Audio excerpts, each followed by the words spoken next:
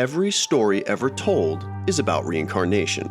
This truth is lost in us because in our modern world we associate it with Eastern religions. This is odd for several reasons. One is that the idea was found worldwide. The notion that time is linear and that there is a complete and total end of the world coming sometime in the future is relatively a new concept in human history, especially in regards to our oldest holy books.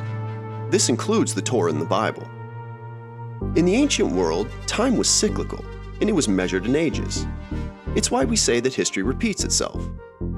You see, there's only one story, and that story is going to take place regardless of where you are or who's in charge. Another reason is that reincarnation has nothing to do with religious beliefs or even karma. It's a scientific and mathematical principle that the early philosophers found evidence for in nature, mainly the solar and lunar cycles. For the metaphysicians, it was less about the literal birth and rebirth, and more about the preexistence of the breath of life, or what many religions refer to as the preexistence of the soul.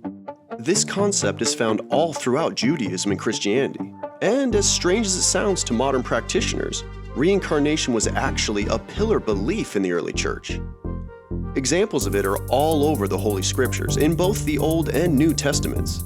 In Jeremiah 1:5, we're told God knew us before He formed us. The Hebrew verb used isn't an intellectual thought, but a type of knowing that comes from an intimate relationship, one that comes from experience. You see, the Hebrews that gave us these stories didn't believe in a hell or afterlife like we do today. The modern views of heaven and hell come from Dante, not the Torah or the Bible. The Hebrews did have a heaven, but it wasn't a destination for souls after death.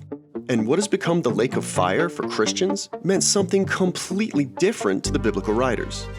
It wasn't a place of punishment, but purification, and there were even rules on how long you could stay before moving on.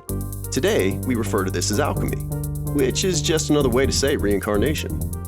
Even the Zoroastrian doctrine of hell wasn't so much a physical place, but instead the result of a diseased mind, and like the lake of fire, served an educational purpose.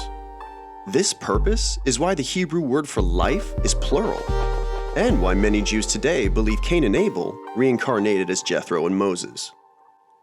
Now, it's true the word reincarnation isn't in the Bible, but either is the Trinity. However, both are alluded to, one far more than the other. So why did one become a doctrine and the other become a heresy? Obviously, it's the same reason any of them do. God wills it! The actual answer is because of a marriage. The union between Emperor Justinian and Theodora in 525 AD caused irreparable harm that still affects us today.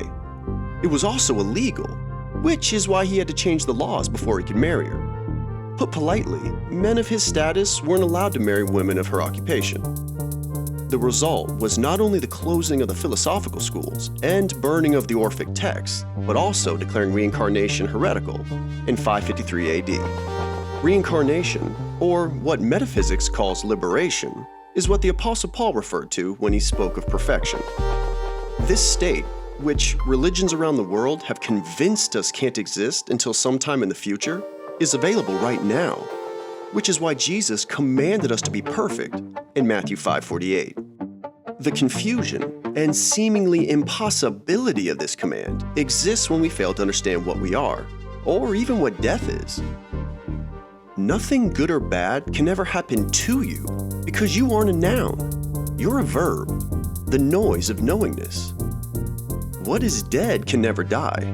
Just because your phone or TV breaks, it doesn't mean the internet is dead, let alone the frequencies that carry it. Actually, for those hoping to speed up their awakening, this is probably a great place to start.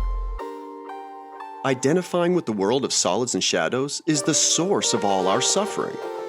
This is why every hero experiences an ego death. You see, the ego isn't bad, it just means identity. It's the label we give ourselves, or worse, allow others to give to us. These are the lies and programming of the ordinary world every hero must rebel against in order to ascend.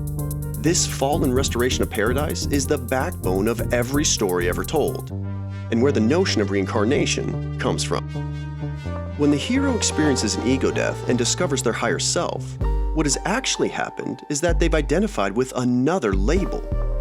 The death of the old label and acceptance of the new does restore paradise, but only temporarily.